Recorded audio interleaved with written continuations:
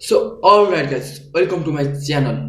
र तपाईहरुले चाहिँ टिकटक बनाउनुहुन्छ र टिकटक बनाइसकेपछि तपाईहरुले भिडियो अपलोड गर्नुहुन्छ टिकटकमा र त्यसपछि तपाईहरुलाई त्यो टिकटक हेर्दाखेरि तपाईहरुको क्वालिटी चाहिँ एकदम घटेको हुन्छ टिकटकको र मोबाइलको हामीले भिडियो खिच्दाखेरि त्यस्तो क्वालिटी देखाउँदैन हामीको टिकटकको र भिडियोमा म तपाईहरुलाई सिकाउने छु DSLR को जस्तो र क्यामेराका जस्तो क्वालिटी कसरी बनाउने टिकटकमा यो पनि म तपाईहरुलाई सिकाउँछु र मोबाइलबाट गर्न सक्नुहुन्छ त्यो क्वालिटी तपाईहरुले एकदम हाई क्वालिटी क्यामेराबाट रेकर्ड गरेको जस्तै यानी कि शूट गरेको जस्तै र त्यसपछि चाहिँ तपाईहरुले चाहिँ टिकटकमा अपलोड पनि गर्न सक्नुहुन्छ त्यो शूट गरेको भिडियो र यो भिडियोमा म तपाईहरुलाई यसको बारेमा कम्प्लिट जानकारी सिकाउँछु त्यसैगरी चाहिँ भिडियोलाई पनि एउटा लाइक गर्नु होला र त्यसैगरी चाहिँ तपाईहरुले मेरो च्यानललाई सब्स्क्राइब गर्नु भएको छैन भने सब्स्क्राइब गर्नु होला र त्यसैगरी चाहिँ बिना कुनै टाइम वेस्ट नगरेर अब यो भिडियो सुरु गरौँ साथीहरु म मेरो मोबाइलको स्क्रिनमा आइसकेको छु र अब चाहिँ यसको लागि चाहिँ एउटा तपाईहरुले चाहिँ एप्स डाउनलोड गर्नुपर्ने हुन्छ यो एप्सको नाम चाहिँ ओपन क्यामेरा हो र यसलाई चाहिँ गुगल प्ले स्टोरबाट पनि डाउनलोड गर्न सक्नुहुन्छ र यसको लिंक चाहिँ मैले डिस्क्रिप्सनमा दिएको छु त्यहाँबाट पनि यसलाई डाउनलोड गर्नु होला र त्यसको लागि यसलाई चाहिँ ओपन गर्नु होला डाउनलोड गरिसकेपछि र ओपन गरिसकेपछि चाहिँ यहाँनेर चाहिँ अलाउ गर्नु होला फेरि अलाउ गरेर ओके गर्नु होला यसलाई र त्यसपछि चाहिँ यसलाई चाहिँ यहाँनेर चाहिँ देख्न सक्नुहुन्छ सबभन्दा पहिला चाहिँ यसको चाहिँ तपाईहरुले चाहिँ सेटिङमा जानु होला त्यसको लागि म सेटिङमा जान्छु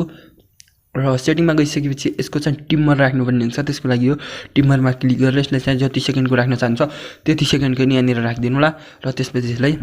ब्याक गर्नु होला र ब्याक गरिसकेपछि यहाँनेर चाहिँ तपाईहरुले चाहिँ भिडियोमा जानुपर्ने हुन्छ त्यसको लागि यहाँनेर देख्न सक्नुहुन्छ भिडियो यो भिडियोमा जानु होला र भिडियोमा गइसकेपछि यसलाई चाहिँ यसरी चाहिँ फ्रन्ट क्यामेरा गर्नु होला र फ्रन्ट क्यामेरा गरिसकेपछि देख्न सक्नुहुन्छ यहाँनेर चाहिँ यस्तो इन्टरफेस खुल्छ र यहाँनेर देख्न सक्नुहुन्छ यसको चाहिँ क्यामेराको क्वालिटी देख्न सक्नुहुन्छ त्यो भन्दा चाहिँ कति फरक देखाइरहेको छ बेटर देखाइरहेको छ र त्यसको लागि चाहिँ सबभन्दा पहिला चाहिँ तपाईहरुले चाहिँ यहाँनेर के गर्नुपर्छ भने यहाँनेर तपाईहरुले सबभन्दा पहिला चाहिँ यहाँनेर चाहिँ एउटा अप्सन देख्न सक्नुहुन्छ यो भिडियोको रेकर्ड गर्नलाई यसलाई चाहिँ यहाँनेर क्लिक गरेर यसलाई चाहिँ रेकर्ड गर्नु होला र त्यसको लागि म यहाँनेर क्लिक गर्छु र त्यसपछि चाहिँ यहाँबाट चाहिँ एउटा म्युजिक अन गर्नु होला त्यसको लागि र यहाँबाट चाहिँ म ग्यालरीबाट चाहिँ एउटा म्युजिकबाट एउटा यहाँनेर म सङ बजाइदिन्छु र त्यसपछि चाहिँ यसरी चाहिँ यहाँनेर सङ बजाएर यसलाई चाहिँ रेकर्ड गर्नु होला र रेकर्ड गरिसकेपछि यसलाई चाहिँ यहाँनेर चाहिँ सेभ गर्नु होला र यो ग्यालरीमा सेभ भइसकेको छ र यसलाई चाहिँ फेरि यसरी नै ग्यालरीबाट शेयर गरेर टिकटक भिडियोमा पनि तपाईहरुले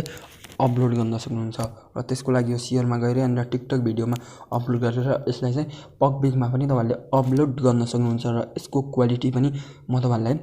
देखाउने छु देख्न सक्नुहुन्छ यसको क्वालिटी चाहिँ जस्तो थियो त्यस्तै नै छ र देख्न सक्नुहुन्छ हामीहरुको यसको क्वालिटी चाहिँ त्यति फरक यसले देखाइरहेको छैन